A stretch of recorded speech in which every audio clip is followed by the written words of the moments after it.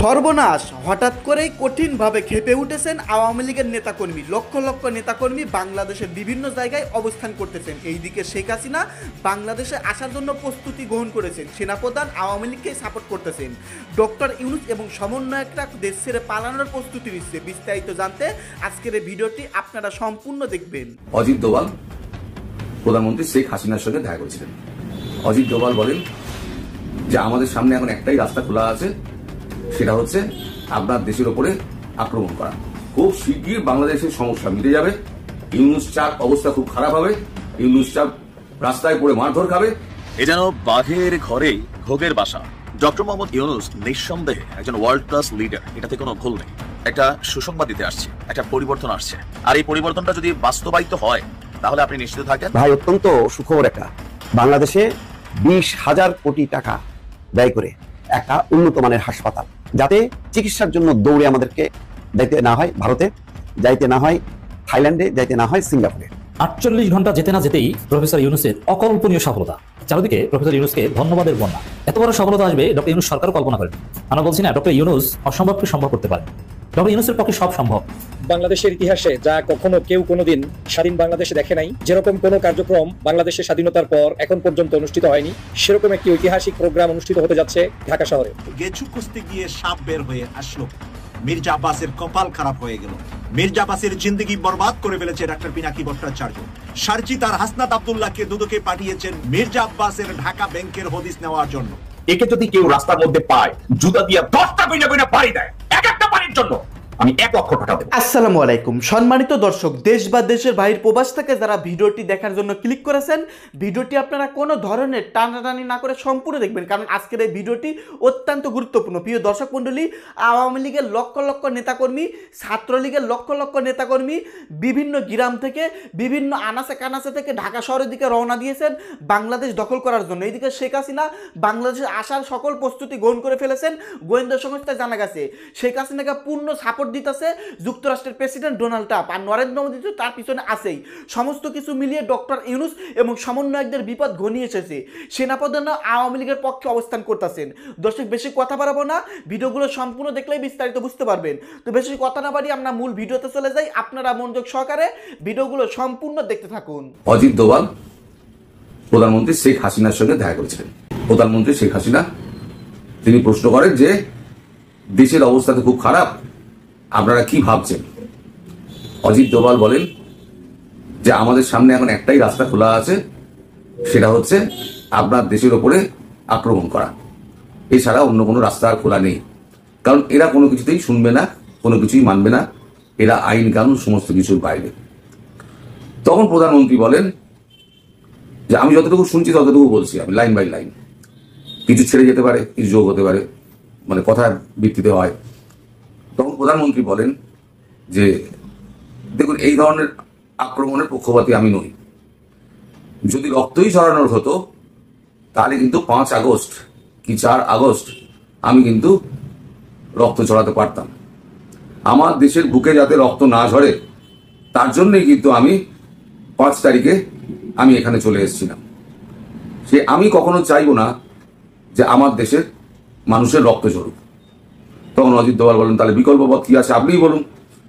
একটা বিকল্প পথ তো বলতে হবে। খাদ্য সামগ্রী তো আমরা ইচ্ছে করলে আমরা না দিতেই পারি, পণ্য পাঠানো বন্ধ করে দিলাম, কিন্তু তাতে সমস্যা তো মিটবে না। আপনার দেশের লোক তো না খেতে পেয়ে মরবে, সেটা কি আপনি মানবেন? উনি বলেন না, সেটা মানা যাবে না। ইলেকট্রিসিটি বন্ধ করে দিলে যে কটা কলকারখানা আছে সেগুলো বন্ধ হয়ে যাবে, না খেতে পেয়ে শ্রমিকরা মরে যাবে, সেটাও মানতে পারবেন না। তাহলে পথটা কি খোলা রইল? তখন উনি বলেন দেখুন, আমি 16 বছর ওই দেশটাকে চালিয়েছি। আমার দেশটা হচ্ছে অনেক ছোট দেশ, আপনাদের অনেক বড় দেশ। আপনাদের বহু দেশের সঙ্গে বহু চুক্তি সমস্ত কিছু হয়।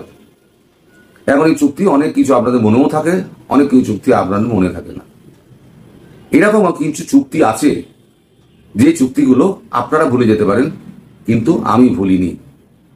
অজিত দোভাল বললেন কি চুক্তি? বলেন দেখুন, আমাদের 3টে বড় চুক্তি ভারতের সঙ্গে বাংলাদেশের হয়েছিল। বাংলাদেশকে এই সুবিধা দিয়েছিলেন আপনাদের প্রধানমন্ত্রী আমার অনুরোধে। তাদের একটা ছিল ট্রান্সশিপমেন্ট, এই যে যেটা এখন বন্ধ করা হলো, এটা হচ্ছে ট্রান্সশিপমেন্ট। আমাদের ওখান থেকে আগে যখন আমরা কাপড় জামা পাঠাতাম বিদেশে, তখন যে রাস্তা দিয়ে আমরা পাঠাতাম তাতে আমাদের মানে ট্রান্সশিপমেন্টের আগে, এগ্রিমেন্টের আগে আমাদের 3 গুণ পয়সা খরচা হতো।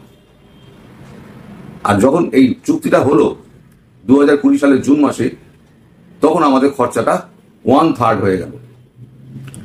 এরকম আরো চুক্তি আছে। তিনি 3টে চুক্তির কথা বলেন। তিনি বলেন একটা একটা করে আপনারা শুধু সম্পাদন করুন, তাহলে ইউনুসের ঘাম ছুটে যাবে, দেশের মানুষ ইউনুসকে পাগলা করে দেবে। তখন অজিত দোভাল বলেন ঠিক আছে, আমরা তো এটা করতে পারি, কি চুক্তি আছে দেখতে হবে আমাকে, কি চুক্তি আছে না আছে আপনি তো বললেন, আমি তো জানি না এইগুলোর ব্যাপারে, এগুলো নিশ্চয়ই বাণিজ্য মন্ত্রক নিশ্চয়ই জানে, আমার কথা বলতে হবে। কিন্তু এইগুলো করতে গেলে আপনার তো ফেরা দেরি হয়ে যাবে। তখন উনি বলছেন দেখুন, রক্তপাতহীন যদি আমাকে বাংলাদেশে ঢুকতে হয়, তাহলে বিকল্প এই ব্যবস্থার মধ্যেই ঢুকতে হবে, না হলে পরে প্রচুর রক্ত চলবে। আমি সেই রক্তপাত আমি চাই না। আমার দেশের মানুষের রক্ত আবার বাংলার মাটিতে পড়বে 71 সালের পর, আমি সেটা চাই না। আমার বাবাও কোনোদিন চাইতেন না, আমিও চাই না। তাতে যদি আমার না ফেরা হয় তাও ঠিক, কিন্তু আমি জানি এইগুলো যদি আপনারা করেন তাহলে পরে ইউনুসের ঘাম ছুটে যাবে, মানুষ রাস্তায় নেমে পড়বে, এখন ইউনুসকে পাগলা করে দেবে। ডক্টর মোহাম্মদ ইউনুস নিঃসন্দেহে একজন ওয়ার্ল্ড ক্লাস লিডার, এটাতে কোনো ভুল নেই। আর গতকালকের যে বিজনেস সামিট ছিল, সেখানে আশিক চৌধুরীর যে প্রেজেন্টেশন ছিল, বাংলাদেশের ইতিহাসে বিদেশি বিনিয়োগকারীদের আকৃষ্ট করার জন্য বা বাংলাদেশকে রিপ্রেজেন্ট করার জন্য আগামী 2035-এ কেমন বাংলাদেশ হবে, এই ভিডিও দেখার পরে জনমনে এটার একটা পজিটিভ ইফোর্ট বা পজিটিভ ইফেক্ট কিন্তু পড়েছে। আজকে আমাদের স্বরাষ্ট্র উপদেষ্টা যিনি আছেন, তিনি বলছিলেন যে রাস্তায় মানুষ বলতেছে এই সরকার আরো 5 বছর থাকুক। ডক্টর মোহাম্মদ ইউনুসকে আগামী 5 বছর ক্ষমতায় রাখার জন্য সার্জিসের পোস্টের পর বা এর আগে পিনাকিদার যে বক্তব্য ছিল, একটা সিস্টেম এখানে ইমপ্লিমেন্ট করা, এরপর ফেসবুকে বেশ কিছু গ্রুপে বেশ কিছু আইডি থেকে একটা জনমত তৈরি করা হয়েছে। ইভেন আমার পরিচিত অনেকেই, তারা আমি দেখেছি এটার মধ্যে তারা নিজেদের অবস্থান পরিষ্কার করেছে যে তারাও চায় ডক্টর মোহাম্মদ ইউনুসকে 5 বছর ক্ষমতায় দেখতে। ডক্টর মোহাম্মদ ইউনুস তিনি আলাদা, তিনি একাই একটা প্ল্যাটফর্ম, তিনি একাই একটা ক্যারেক্টার, একাই একটা ব্যক্তিত্ব, যেটার উপর ডিপেন্ড করে অনেক কিছু এই মুহূর্তে বাংলাদেশে চলছে। আমিও বিশ্বাস করি ডক্টর মোহাম্মদ ইউনুস যদি রাষ্ট্র ক্ষমতায় একটা লম্বা সময় থাকেন, তাহলে বাংলাদেশ পরিবর্তন হবে।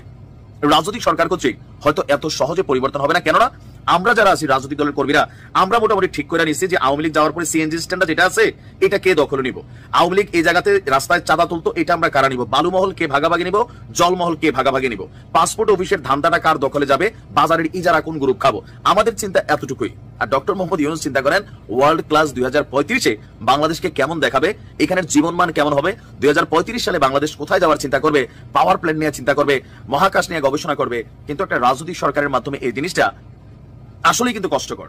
আমরা যে যে দলই করি না কেন, একজন ব্যক্তিত্ব হিসাবে, একজন ক্যারেক্টার হিসাবে, ওয়ার্ল্ড ক্লাস ভিশনারি ব্যক্তিত্ব হিসাবে আপনি দেখেন উনি যে জায়গায় বিলংস করেন, বাংলাদেশের ইতিহাসে কেউ এই জায়গা থেকে কখনো যাইতে পারে কিনা সন্দেহ আছে, এ পর্যন্ত যায় নাই।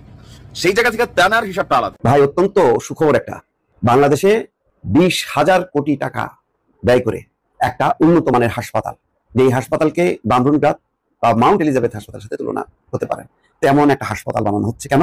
যাতে চিকিৎসার জন্য দৌড়ে আমাদেরকে যাইতে না হয় ভারতে, যাইতে না হয় থাইল্যান্ডে, যাইতে না হয় সিঙ্গাপুরে, বাংলাদেশেই তেমন একটি হাসপাতাল তৈরির পরিকল্পনা আনুষ্ঠানিকভাবে ঘোষণা করছেন ওই ইউএস কোম্পানির প্রধান নির্বাহী ডক্টর মুমতাজুর রহমান দাউদ। এই রাজধানীতে যে বিনিয়োগ সম্মেলন হলো 4 দিনের, তারপরে তিনি এই যুগান্তকারী বিনিয়োগ সম্মেলন ঘোষণা করলেন। দেখেন আমাদের চিকিৎসা নিয়ে ভারত কি করলো, ভিসা বন্ধ করে দিল, চিকিৎসা প্রার্থীরা হুন্নে হয়ে দৌড়ানোর চেষ্টা করতেছে থাইল্যান্ডে, এখন ই ভিসা করছে, এত বেশি জাম পাইতেছে না, যেখানে 4 দিন 5 দিনে হয়ে যেত সেই ভিসা অর্থাৎ থাই ভিসা এখন 1 মাসও নিশ্চিত না, এমন একটা সংকটের মধ্যে পড়ছে। তো মানুষের তো রোগ চিকিৎসা, এটা তো মানুষের মধ্যে অস্থিরতা যতক্ষণ চিকিৎসা না পাচ্ছে।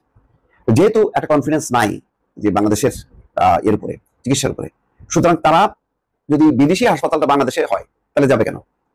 শুধু আমেরিকা না, আমি আপনাদেরকে বলি, চীন ওই কুনমিংয়ে কয়েকটা হাসপাতাল তো নির্দিষ্ট করছে, ওখানেই তারা সীমাবদ্ধ না, তারা এখন সরাসরি বাংলাদেশে বিনিয়োগ করার পরিকল্পনা করতেছে এবং একাধিক হাসপাতালে। প্রথম আমি যেটা জানি 1000 বেডের, সেটা বিস্তারিত আমি পরে বলবো। মানে এই আমেরিকার হাসপাতাল, চীনের হাসপাতাল যদি বাংলাদেশে তৈরি হয়, বাংলাদেশে যে বিশাল যে স্বাস্থ্য খাতের যেই চাহিদাটা আছে, 30 লাখ প্রতি বছর যায় ভারতে, তাদের আর যাইতে হবে না। উল্টো আমি বলবো যে ওই ভারতীয় রোগীরা বাংলাদেশে আসবে চিকিৎসা করতে। এবং আমার অনুরোধ থাকবে, ভারত যে আচরণটা করতেছে বাংলাদেশের জন্য, সেই আচরণটা ভারতীয় রোগীদের সঙ্গে না করে। এটা হলো মানবতা। যেই মানবিক আচরণটা ভারত আমাদের সাথে করছে না এখন, আমরা যেন সেটা করে ওদেরকে যাতে লজ্জা দিতে পারি। যাই হোক, সেটা পরের কথা। মুমতাজুর রহমান দাউদ ওই আমেরিকান হাসপাতালের উদ্যোক্তা বলছেন, এর ফলে ভারতের চিকিৎসার জন্য যাওয়ার হার অনেকাংশে কমে আসবে, বাড়বে রিজার্ভ। আগামী 2026 সালের মধ্যে আন্তর্জাতিক মানের এই হাসপাতালের নির্মাণ কাজ শেষ করার পরিকল্পনা আছে। চীন যদি ধরে, চীনের কাজ তো বোঝেন, 6 মাস থেকে 1 বছর বেশি লাগবে না, এত দ্রুত করতে পারে। অসাধারণ তাদের টেকনোলজি এবং তাদের মানে দ্রুত সময়ের মধ্যে নির্মাণ কাজ শেষ করার দক্ষতা, এটা বিশ্বজুড়ে সবাই জানে। বিভিন্ন করোনার সময় বিশাল বিশাল তারা হাসপাতাল করেছে রাতারাতি। তো এর পাশাপাশি ওই আমেরিকান উদ্যোক্তা যে মুমতাজুর রহমান, তিনি বলছেন যে এখানে নার্সিং বিশ্ববিদ্যালয় করা হবে। উদ্দেশ্য হলো এখানে প্রশিক্ষিত নার্স, 5000 প্রশিক্ষিত নার্স রপ্তানি করার, অর্থাৎ বিদেশে পাঠানোর পরিকল্পনা আছে। খেয়াল করেন, প্রশিক্ষিত নার্স মধ্যপ্রাচ্য জুড়ে, যুক্তরাজ্য জুড়ে, যুক্তরাষ্ট্র জুড়ে, গোটা ইউরোপ জুড়ে যে পরিমাণ চাহিদা, তাদেরকে যদি প্রাথমিকভাবে ইংরেজি এবং তারপর যদি আরবি ভাষাটা শিখা দেওয়া যায়, মাশাআল্লাহ। এখন তো আমাদের সর্বশেষ 3 বিলিয়ন আসলো। আমি বিশ্বাস করি এইটা 10 বিলিয়ন মার্কিন ডলার আসা কোনো ব্যাপারই না। এখন সবগুলো নির্ভর করবে ধারাবাহিকতাটা যদি চলে, এবং আমার মনে হয় ধারাবাহিকতা থাকবে। ইউনূস সরকারের সঙ্গে জামাত বা বিএনপির কোনো ইয়ে নেই। যারাই আসুক রাজনৈতিক সরকার, তারা বর্তমান যে বিনিয়োগ পরিকল্পনা, যে মানুষগুলো যেগুলি করছে, তাদেরকে তো রাখবেই, বাকি কাজটাও কিন্তু ধারাবাহিকভাবে আগাবে। ফলে হতাশার কোনো কিছু নাই, এখন ধৈর্য ধরে কিছু সময় পার করা, ইনশাল্লাহ বাংলাদেশের খোল নলচে পাল্টে যাবে। বাংলাদেশের ইতিহাসে যা কখনো কেউ কোনোদিন স্বাধীন বাংলাদেশে দেখে নাই, যেরকম কোনো কার্যক্রম বাংলাদেশের স্বাধীনতার পর এখন পর্যন্ত অনুষ্ঠিত হয়নি, সেরকম একটি ঐতিহাসিক প্রোগ্রাম অনুষ্ঠিত হতে যাচ্ছে 12 তারিখে ঢাকা শহরে। আমি কেন বলছি স্বাধীনতার 53 বছরে এরকম সর্বদলীয় একটি সুন্দরতম প্রোগ্রাম বাংলাদেশে আমি কারো মুখ থেকে হতে শুনিনি, দেখিনি, এবং বাংলাদেশের জনগণও দেখিনি। আপনারা জানেন, আমরা সকল বিশ্বের নির্যাতিত মানুষের পক্ষে, সে যে দল, যে মত, যে আদর্শের, যে ধর্মের হোক না কেন, সকল নির্যাতিত নিপীড়িত মানুষের পক্ষে বিশ্বের সকল মুসলমান। কিন্তু আজকের মুসলমানরা বিভিন্ন জায়গায় নিগৃহীত। বিশেষ করে এই মুহূর্তে আমরা সারা পৃথিবীর মানুষ স্তব্ধ হয়ে যাচ্ছি যখন দেখছি একজন শিশু তার দেহকে আকাশে উঠতে হচ্ছে। মানবতা তখন আসলে কোনো জায়গায় বিন্দুমাত্র আছে বলে আর মনে হয় না। আজকের বাংলাদেশের আলেম ওলামারা ঐক্যবদ্ধ হয়েছে এমন একটি ইস্যুতে, সারা বাংলাদেশের সকল ঘরানার আলেমরা ঢাকা শহরে উপস্থিত হচ্ছে, যেটা আসলেই আপনাকে আনন্দিত করবে, অনুপ্রাণিত করবে। এবং আমরা যে চাইলে অনেক কিছু পারি, বিশেষ বিশেষ সময়ে, বিশেষ বিশেষ প্রয়োজনে, দেশের স্বার্থে আমরা যে সবকিছুই করতে পারি, তার প্রমাণ হবে এই 12 তারিখে ইনশাআল্লাহ। আপনারা জানেন, আমাদের সম্পাদক, মজলুম সাংবাদিক জনাব ডক্টর মাহমুদুর রহমান স্যার এবং আসুন্নাহ ফাউন্ডেশনের সম্মানিত যিনি চেয়ারম্যানের দায়িত্ব পালন করছেন, একজন মানবদরদী নেতা শায়েখ আহমদুল্লাহ সাহেবের সরাসরি নির্দেশনায়, তত্ত্বাবধানে, পরিচালনায় এবং তাদের আন্তরিকতার কারণেই তারা নীরবে নিবৃত্তি থেকে বাংলাদেশের সকল ঘরানার আলেমদেরকে একটি ওপেন স্পেস তৈরি করে, প্ল্যাটফর্ম তৈরি করে দিয়ে তারা সেখানে তাদেরকে ঐক্যবদ্ধ করার একটি প্রচেষ্টা অব্যাহত রেখেছেন। এবং 12 তারিখে যেটা শাহবাগ থেকে হওয়ার কথা ছিল আপনার মানিক মিয়া অ্যাভিনিউ পর্যন্ত, কিন্তু সেটাকে বাংলাদেশের বর্তমান পরিস্থিতি বিবেচনায় করে সকলে সেই প্রোগ্রামটা অভিমুখ হবে আমাদের সোহরাওয়ার্দী উদ্যান।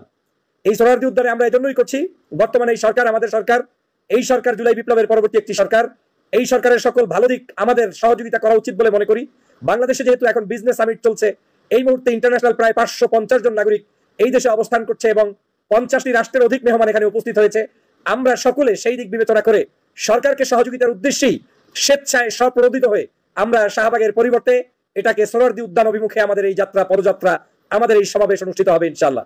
দল মত নির্বিশেষে সকল ঘরানার সকল আলেম, সকল সামাজিক ব্যক্তিত্ব, অনলাইন অ্যাক্টিভিস্ট, বিভিন্নভাবে যারা সোশ্যাল মিডিয়া ব্যক্তিত্ব, বিভিন্ন ধরনের সেলিব্রিটি যারা রয়েছেন, শিক্ষক, সুধী, ছাত্র, পীর, মাশায়েখ, ইসলামপন্থী রাজনৈতিক দল, স্বাভাবিক রাজনৈতিক দল, বাংলাদেশের সকল রাজনৈতিক দলের নেতারা এবং সকল ঘরানার আলেমরা, সকল ঘরানার পীর সাহেবরা এখানে উপস্থিত থাকার জন্য সম্মতি জ্ঞাপন করেছেন। আমি ব্যক্তিগতভাবে তাদেরকে ধন্যবাদ জানাই। ঢাকা শহর কেমন হবে, কিরকম ঢাকা শহরের চিত্রটা হবে আপনারা নিশ্চয়ই অনুধাবন করতে পারছেন। অতএব 12 এপ্রিলের এই স্মৃতি বিজড়িত একটি জায়গায় আপনাদের উপস্থিতি একান্ত কাম্য, কারণ আপনাকেও সাক্ষী দিতে হবে আমরা মজলুমের পক্ষে, আমরা সকল নির্যাতিত মানুষের পক্ষে, আমরা নিপীড়িত মানুষের পক্ষে, আমরা সকল অনাচারের বিরুদ্ধে, আমরা সকল বৈষম্যের বিরুদ্ধে, আমরা বিশ্বের বিভিন্ন মানুষকে যারা যেখানে নির্যাতিত করছে, অবহেলিত করছে, অপদস্থ করছে, তাদের বিরুদ্ধে আওয়াজ তুলবো একই সুরে, একই কণ্ঠে, একই সাথে, বাহুতে বাহুতে আমরা দাঁড়িয়ে, হাতে হাত মিলিয়ে, কণ্ঠ উঁচু করে তারপরে আমরা মানবতার জয়গান আমরা ছিটাবো এবং প্রতিষ্ঠিত করবো ইনশাআল্লাহ। প্রিয় দর্শক, আপনারা বিস্তারিত ভিডিওতে দেখতে পেলেন সমস্ত চাঞ্চল্যকর তথ্য। আশা করতেছি এই সম্পর্কে নতুন করে কিছুই বলতে হবে না। প্রিয় দর্শক মণ্ডলী, বর্তমান দেশের অবস্থা কেমন, বর্তমান দেশে কি চলতেছে আজকের এই ভিডিওতে জানতে পারলেন যে আওয়ামী লীগের লক্ষ লক্ষ নেতাকর্মী বাংলাদেশের বিভিন্ন জায়গায় গোপনে অবস্থান করতেছেন। আবার বাংলাদেশ থেকে 5ই আগস্টের পর যারা দেশ থেকে পালিয়ে গিয়েছিল, আওয়ামী লীগের নেতাকর্মী, ছাত্রলীগের নেতাকর্মী, আওয়ামী লীগের অনুসরণকারী সকলেই বাংলাদেশে আবারও গোপনে প্রবেশ করতেছেন এবং বিভিন্ন জায়গায় গোপনে পয়েন্ট জায়গাগুলোতে অবস্থান করতেছেন বাংলাদেশকে একটা বিশৃঙ্খল করে তারা আবারও ক্ষমতায় যাওয়ার জন্য। গোয়েন্দা সংস্থা এটাই জানা গেছে। এইদিকে শেখ হাসিনাও পুরোপুরি প্রস্তুত আসার জন্য, সেনাপ্রধান আওয়ামী লীগকে সাপোর্ট করবে। এইদিকে ডক্টর ইউনূস এবং সমন্বয়কদের পতন হবে 100%। যাই হোক দর্শক, এর সম্পর্কে বেশি কথা বাড়াতে চাই না, আপনারা ইতিমধ্যেই ভিডিওতে দেখে ফেলেছেন অত্যন্ত গুরুত্বপূর্ণ আলোচনা। দর্শক, এই সম্পর্কে যদি আপনারা কিছু বলতে চান, আপনাদের মূল্যবান মতামত ভিডিওর কমেন্ট বক্সে অবশ্যই লিখে ঝটপট জানিয়ে দিবেন। আজকের মতো ভিডিও এখানে শেষ করছি। সকলেই ভালো থাকবেন, ধন্যবাদ।